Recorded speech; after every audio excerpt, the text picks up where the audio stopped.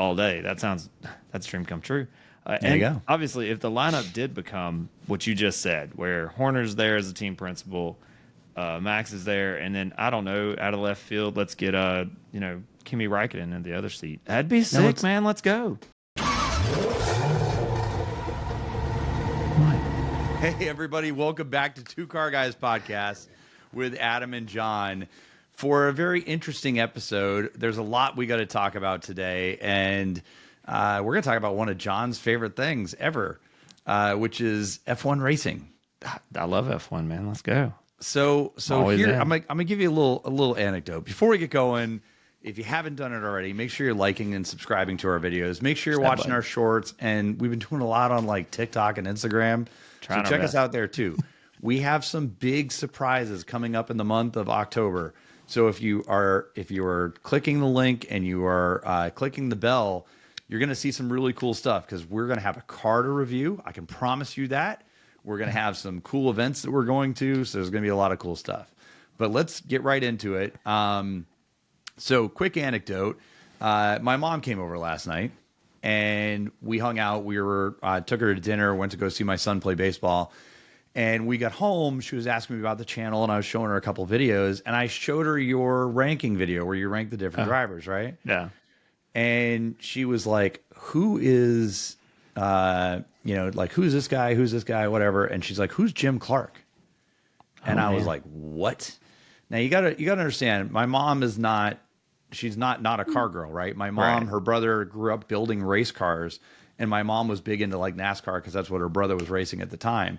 But she met, Sterling Moss and Mario Andretti at an F1 race. Yeah, that's awesome. Yeah, that's awesome. So she's savvy. She knows what she's talking about, right? Yeah. But she didn't know who Jim Clark was, and so I was like, "Do you have 10 minutes?" And so we sat down, and I showed her the Grand Tour thing about Jim Clark. Right, that's a cool video, man. It's incredible. If you guys haven't watched it, go to Amazon. Just watch it. It's on the same episode that they do the review of the Urus on. Yeah. But it was incredible to understand who Jim Clark was. Yes. Because he was taken from us way too early. Agreed. Yeah. And what's crazy about him was, you got to think, this is back when a plane couldn't take you from England to Australia in one flight. You'd have to stop multiple times to refuel and all this stuff. There was no such thing as lay flatbeds or in-flight movies or anything like that, right? Like super globetrotters and such. Exactly. Yeah. And he would leave an F1 race and go fly down to Australia and do the Tasman series. Yep. And win. And then he'd get on a plane and go back to Europe and do the European F2 series. What year was this? This would have been in the 1964, 65. Yeah, that's what I was thinking. Yeah, it was 60s or 70s. But yeah, it was 1960s when he was doing this, right? Yeah. And here's where John's going to get really happy. And I didn't tell him about this connection. Okay. But for the most part, nobody really does that, right? I mean, nobody is competing in multiple in multiple classes, right? Right. And a lot of it is because so many different, whether it's WERA or IMSA or whatever, they really want to make sure their drivers are available for the next race, right? Absolutely. Yeah. But I'll be the first to tell you guys, feel free to throw some hate down here. I was never a Max Verstappen fan, right? I didn't really like him, and early on I wasn't a big fan of his. I saw him as a very aggressive driver and like a win at all cost driver. Like I'm going to make this corner or we're both crashing sort of driver, right? And we saw it a bunch of times. And he's even said it at some points, right? He's like, I was going for it, and if he was either going to give it to me or we were both crashing, right? Right. But you cannot deny his skill. Yeah. And John, tell everybody what he did this weekend that they were off. They didn't have an F1 race. So instead of being on the racing sim till 3 a.m., John, tell everybody what he did. Oh my gosh, man. So yeah, instead of, sitting on a racing sim, he went to the and I don't have all the classes in my head and all that stuff, but I know he drove a GT4 that was underpowered. So it was a 300 horsepower GT4. 100 horsepower down. 100 horsepower down on his class. And then he turned around and beat, I think it was 2 classes ahead of him by like in a full that minute. car by a full minute. That is just pure insanity, man. And they were like, oh, by the way, if you guys haven't seen it, it's not like he did it in perfect weather. No, the weather conditions were crap very too. inconsistent. Yeah. And it rained part of it and all that stuff. Even the other car. Now, he was supposed to drive 2 cars to get his license class. And that's what the whole point was. He wanted to drive in the GT3. To get a GT3, you had to finish 2 sessions in 2 cars in that class. And I don't know the class off the top of my head. But the other car wrecked, and he couldn't do it. And so he thought he was out, and he did all the stuff. Didn't complain. There was a lot of written exams and other things outside of racing. He had to do a written exam, and he had to sit with a driving coach. Yes. Which can you imagine being in a car with a 4-time world champion and being like, hey, you need to take this corner at a different angle? Yeah, right. I think the driving coach just got in and was like, all right, man, I'll be taking a nap. You do you. Right. Right. So, yeah, he does all of that. And then afterwards, they had another like sanctioned meeting for that class, and we're like, we're going to give you the license anyways, so that you can compete in the GT3 class. I think it's GT3, and again, I get all the GT stuff mixed up, but yeah, it's pretty cool. So if anybody around here is familiar with Franz Herman, he was right. Max's alter ego that raced at the Nürburgring in the Ferrari, the GT3 car. And he's also raced at one point in time in a Aston Martin Vantage. Correct. But his goal is actually to come back to the ring and race in the Ferrari 296. Yes. The GT3 car. GT3 car, yeah. So it's very impressive to me, and it was something that I was doing a lot of thinking about because, I mean, a lot of these guys when they're off, they're going to fancy events and golf, art events, and they're going and doing promotional stuff, right? He is in a car. Yeah, he's either in a car or he's on a racing sim, right? He eats, sleeps, and breathes racing. He does, and I just don't. He's like, I don't know. When I decide I'm not going to do it anymore, I'm just done, and I just don't see him ever stepping completely out of it. Well, you know what though, he might be like Zach Brown, right? Oh, where he becomes like another portion of the team doing something related. Well, so if anybody's following Zach Brown right now, he is actively racing on his off weeks, right? Yeah. When we were at Car Week, he was taking the car. In fact, there's a short on our channel where he was driving in a modified series, driving down the corkscrew, right? Yeah. And he just did an interview recently where he's about to take out another car and go racing again. So, I mean, maybe it gets to that point where he becomes like a Niki Lauda, sort of like a driver whisperer, right? Yeah. And then does but he's already started, side. A racing team in other divisions to bring people into racing and try to get people without the money to race into the sport and stuff like that as a driver, which is absolutely amazing, man. I think that's just really cool. Which is a good segue to money and F1, right? So I will tell you right now, money drives F1. I think we've mentioned this already. I asked John a couple episodes ago, do you feel like F1 has become more show and less artistry in racing, right? Right. And I think the answer we both agreed was yes. It's becoming more like almost like WWE in a sense, right? Where you got these like big time like guys coming out and stuff, right? But what's crazy to me is if you look at the stuff. So Stefano Domenicali, who is the race director for the FIA, he was interviewed recently, and he said that one of the things he wants to do is do more sprint races. So next year, we just announced 6 sprint races. I like a sprint. John doesn't like a sprint. I think a sprint I'm gives indifferent me more on racing. the sprint. Okay, so tell us why. I'm indifferent on the sprint. I like the sprint in the fact that it's a race before a race for a race, and I love that. And I get as much racing as possible on that weekend, which I do enjoy. What I don't like about the sprint is the way that they lay the points and the way that the points work, and it used to be you did the sprint to qualify for the race, and that would put you in your position. And qualification, I do like that that so much better. Yeah, than the way they've got it I set now. I think if you finish the race in first place, if you finish the sprint in first place, that you should put be you first in place in the race. Absolutely, and that's the way it used to be. And then they changed it in like, what was it, 18? No, not that far back. It was like 21 or 22. Yeah. And so that to me, I just didn't like the new format. Is it cool? Does it work? I mean, it's a race. It's cool. I don't hate it, but it means nothing. I like it better than a regular race format, because a regular race format is free practice 1, 2, and 3, and most of us don't really watch those. I will say free practice is literally something I have on in the background. It's like I'll catch the highlights later. Same, right? If somebody throws it into a wall, I'd like to know. Right? Yeah. If somebody spins the car over 10 times, I'd like to know. Right.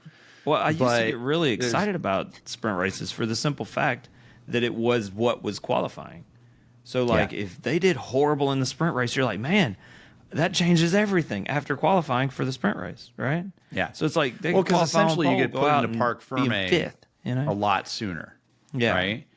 So now, the way they have it now is that you have 1 day of practice, you get put into Parc Ferme, and then they do sprint qualifying, they do the sprint, and then you get out of Parc Ferme, and you go back into Parc Ferme to do race qualifying, and then the race, right? Yeah. So I will say there's a lot more action on a sprint weekend. Right. But there's one sprint that's coming up next year that's going to be interesting.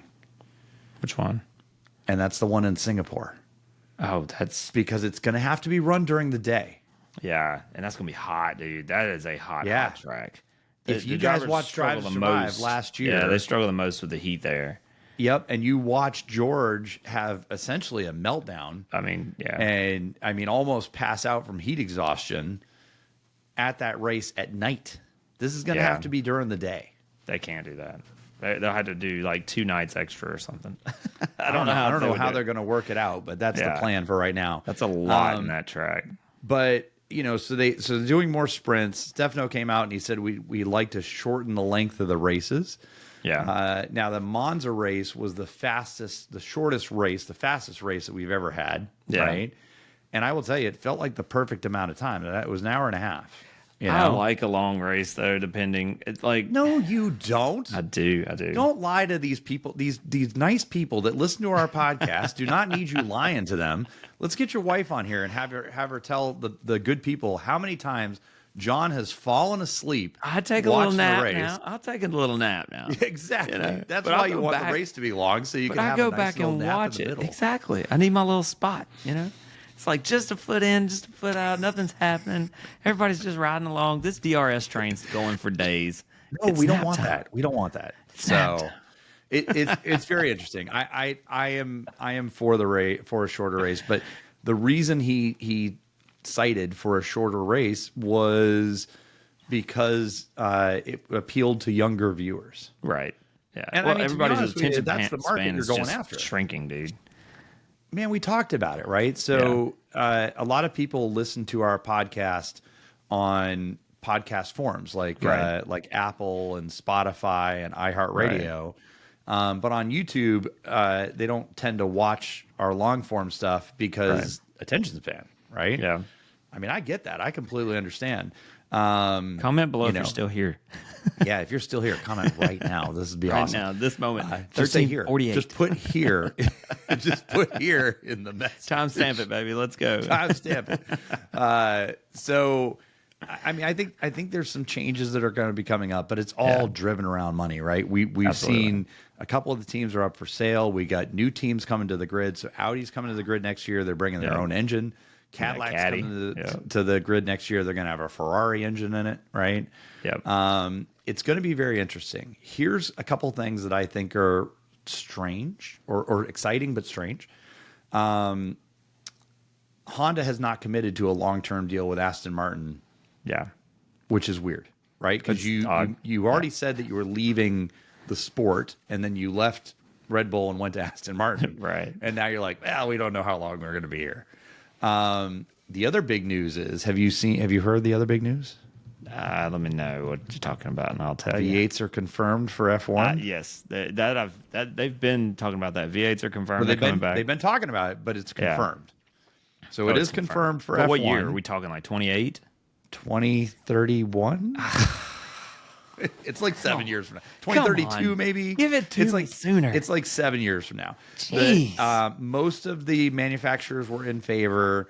The holdouts were Ferrari and Ford, I think. Because they're stuffing V6s in all their freaking supercars. I think that's what it was. I have to go back and look. Don't quote me on that.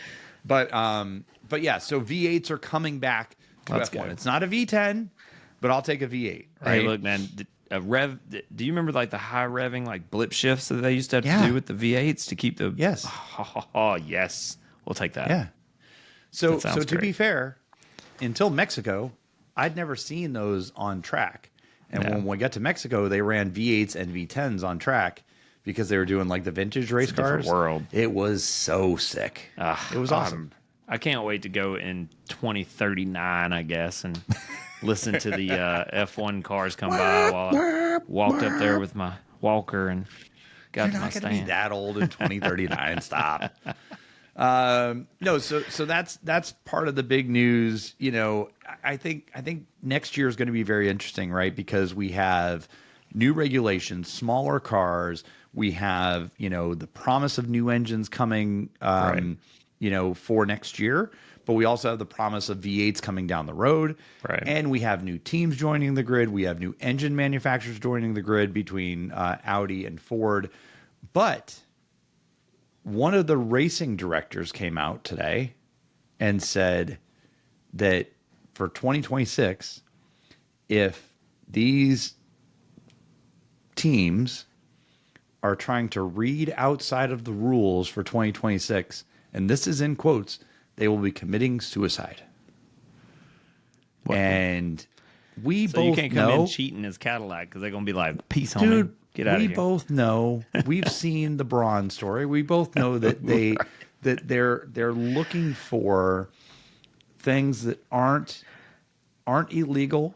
Yes, but they're maybe they fall within the rules, right?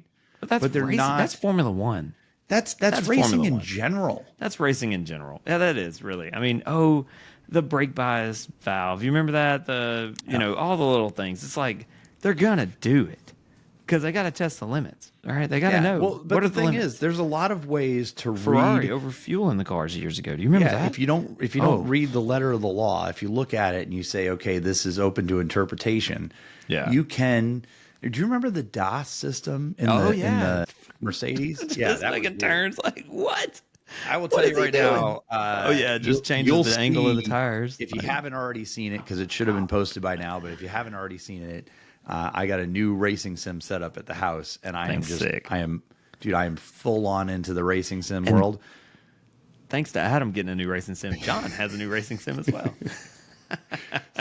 So here's the thing: is I basically was like, "Hey, first taste is free."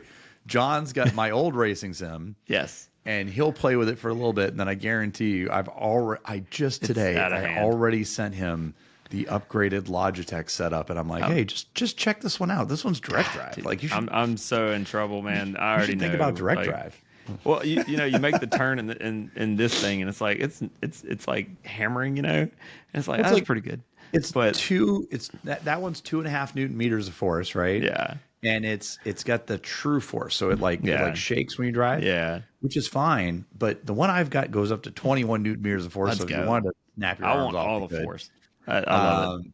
But I mean, they say that most people, and comment below if you are different, but they say most people do sim racing between 5 and 8 Newton meters, right? Yeah. And so I think I'm around like 8 to 10 or something like that. But I'm no idea. I'm in it. I am in the sim racing world 100% at this point. When I did it at that vent thing that I went to, man, I'm telling you, dude, I would be in there just pouring sweat racing. I was racing so hard. And I'm telling you, dude, I actually really, really, really enjoy sim racing. But it's great. It's great. It's the cheapest way to wreck a car. I can promise you that. Well, it is the cheapest way to wreck a car, and the consumables are much less expensive. because you don't have to buy new tires, you don't have to buy new fuel, you don't have to change brakes. Yeah. It's oh no, wonderful. I need fuel. Click. Right. But yeah, it's great. So if you haven't seen it, go check out our shorts because we should have a short on there about it. But yeah, I mean, I have been doing everything I can in that to try and get a little extra speed here and there. So yes, that's awesome, man. It is what it is. So absolutely. But yeah, so I would tell you right now that there's some interesting things in the works in the F1 world. Yes. We still don't have confirmation around all the team lineups for next year. Yeah, that's interesting. Which is crazy for how far we are into the season. Right.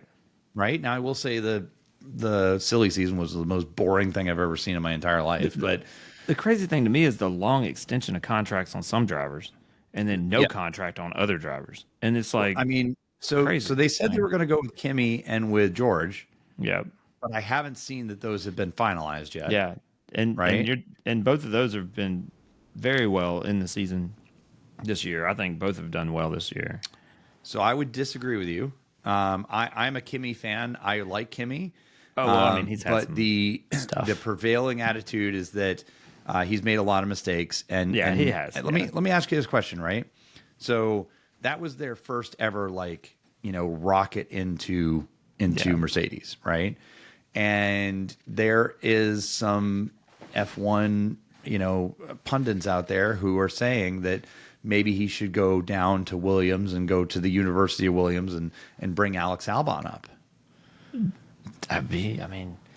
What do you think about that? I would like to see Albon in a Mercedes, man.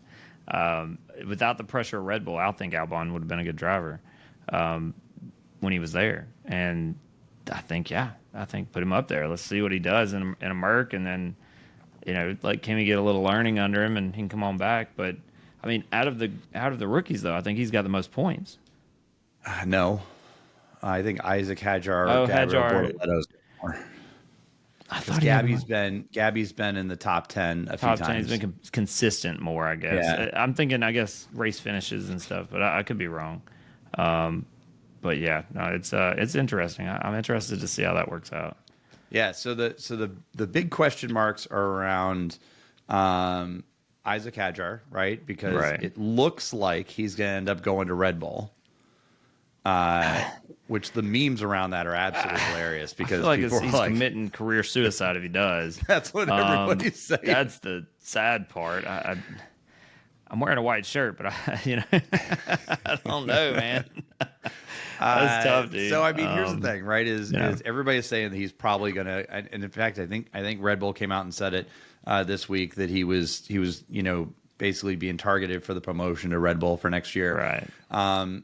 I do not believe, and in fact, when they interviewed the team principal for Red Bull, he was very cagey on what would happen with Yuki.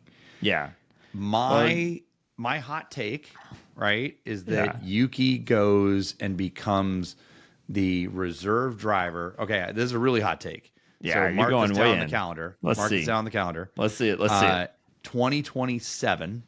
Okay. Right. So 2026, Yuki is the reserve driver for Aston Martin because they're the Honda team and Honda's got a lot of money invested in them. Right. Really moving some cards. Okay. All the way over there. But I believe that. So he's the reserve driver for Aston Martin. Yeah. 2027, Max and Christian Horner go over to Aston Martin and it becomes Aston Martin with Christian Horner as the team principal and then Yuki and Max as the 1 and 2 drivers. I don't see that. That's my hot take. I don't see that, but I do see him becoming a reserve driver or a driver under the Honda brand because they're fully committed. So my question is why would you not see that? I don't think that Horner's going to be back in the sport. As much as I think he would be an excellent team principal, I don't think he's coming back. I don't know. That's my hot take. He's been eerily quiet, but I will say I think Aston is a good place for Max to go because you've got the mad scientist there, right? So you've got Adrian Newey over there building cars, and he even said that Adrian was a big part of why he was winning. Oh, I 100% want to see him move from Red Bull to Aston Martin so that I can wear all Aston Martin and drive the Aston Martin and be a Max fan all day. That's dream come true. There you go. Obviously, if the lineup did become what you just said, where Horner's there as a team principal, Max is there, and then I don't know, out of left field, let's get Kimi Räikkönen in the other seat. That'd be sick, man. Let's go. It's not going to be Kimi. Kimmy's done racing. He's done his thing. Oh man, So let's connect the dots, right? So, Yuki was with RB Cash App, right? Because of the Honda investment. Correct. And Honda actually paid Red Bull an extra $10 million to promote him into the Red Bull seat, right? Correct. So now that they're over at Aston Martin, what says that they're not over there going, hey, we'll continue to build engines for you guys if you bring him over? What if the deal with Aston Martin and Honda just falls apart between now and the next year? Why you got to do that? And Ford is just out, and then Honda stays at Red Bull. Then what? Oh, Honda won't stay at Red Bull. I can 1,000,000% guarantee that. And the reason why I say that is because head on fire. We're going into rabbit holes. Well, Ford is so far down the factory, because Red Bull actually has input into this new engine, which they never had before. But Ford also says that they are involved in a lot of the design in the car. So it's going to be really interesting to see how this all works out. Oh, 26 is going to be a wacky year, dude. Like, it's going to be interesting. I'm excited. My big hope for 26 is that they update Monaco enough that we get some decent racing and overtaking. Yeah. And with the smaller cars, it makes it easier to overtake. I agree. I think that would be awesome. At least get a little bit wider in like by the pool or something so that we can get some passing going. The turn that right there, I think that's at the pool, right? The turn the left and the right right after the tunnel. They said they were going to take that turn out. Oh, thank goodness. That's going to be awesome. Yeah, that'll be nice. So if they take that turn out, you're going to have really high speeds coming out with some sick overtakes. Yeah. Why did they put the turn there? I'm trying to remember. It was a safety thing, I thought. Sure. They put it there originally. But yeah, nonetheless, doesn't matter. Yeah. That'd be sick. So I don't know. It's gonna be interesting. 2026 is gonna be interesting. But yeah. So I mean, we started this whole episode talking about Max, and I will say I'm not a Max fan, but I'm not a Max hater, right? Yeah. Okay. But you have to respect his craft. I mean, the guy literally eats, sleeps, and breathes racing. When everybody else was on summer break and doing their own thing, I feel like he was behind a racing simulator somewhere, going to bed at 3 a.m. Dude, I can tell you, he is taking the summer break that I want. Like, let's go, man. That sounds amazing. Yeah. But yeah. So, well, listen, if you want to hear more content like this, if you like what we're talking about, please let us know. Drop some stuff below. Obviously, the Baku race was this past weekend, and so hopefully you guys listen to our updates for that and watch that. But more racing to come this season. And again, if you haven't already, make sure you like, subscribe to our channel, and hit the bell, because that'll get you notified as to when we drop shorts and when we drop long forms and all that good stuff. Absolutely. And John, this guy over here, he's got a car that just came to the channel. And he's already starting to make repairs and doing updates with the car, but he's not wearing it right now. But he was wearing his APR shirt earlier today. So I'm hoping we're going to see some APR upgrades come to that GTI this Got some stuff season. Planned. Got some stuff planned. We'll see what happens. It's getting right now the normal stuff, like can it run for another 10,000 miles or so. Is what we're working on, and then we'll work on the rest. All right. So if you've made this far in the video, please let us know. Do you care if it runs for another 10,000 miles, or should we do you want it put just full so much horsepower in it that we just blow it up in the next 5,000 miles? So I could go just if it passes this next test, which is tomorrow. If it passes that, it's possibly going big turbo. I don't know yet. We should go big turbo, and we should go sequential shift with nitrous. Well, it's already DSG, which is nice. It'll like click the shifts off fast. It's that quick though. It is that quick. Okay. All right. But the clutch is 170,000 miles of clutch wear. We can put a new clutch in there. That's fine. All right. I'm logging off. Bye, y'all. No, seriously though. Make sure you're liking and subscribing to the channel, and then stay tuned for the stuff that John's going to be doing to his car. Yes. See y'all on the next one. Peace. See ya. Peace.